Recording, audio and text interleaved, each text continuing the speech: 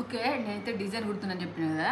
ఇలాంటి డిజైన్‌కి ఏందంటే మనం ఈ లోపల స్టిఫ్డ్ క్లాత్ ఏస్తారు వైట్. దాన్ని ఇంగ్లీష్‌లో అంటారు కదా! నాకైతే తెలవదు. నేనైతే స్టిఫ్డ్ క్లాత్ అంటున్నా. అయితే నా దగ్గర లేదు ప్రెజెంట్. కాబట్టి నేనేం చేస్తానంటే ఈ ఈ కొంచెం లైనింగ్ ఉంది. అదనేది కింద ఏసిన.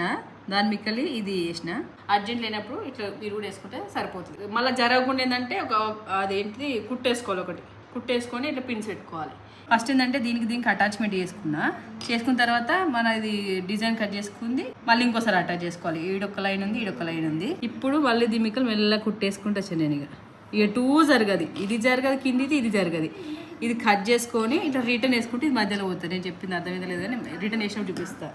ఫస్ట్ అయితే ఎక్స్ట్రా క్లాత్ అనేది నీట్గా కట్ చేసుకోవాలి, చూసుకుంటూ జాగ్రత్త.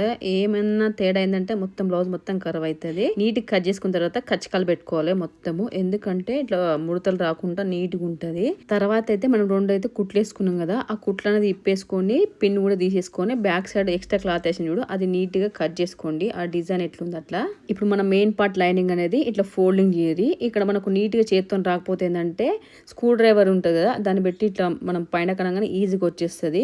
చూడ్రి షేప్ అనేది పర్ఫెక్ట్ వచ్చింది. ఇప్పుడు ఇంకోటి కూడా కుట్టేసుకోండి. రెండిటి పైన నీట్గా చిన్న కుట్టేసుకోండి. ఇక నాదైతే కుట్టిన గిట్ల వచ్చింది. పర్ఫెక్ట్ వచ్చిందని నేను అనుకుంటున్నా. ఎట్లా వచ్చిందో కామెంట్ చేయరి. బై.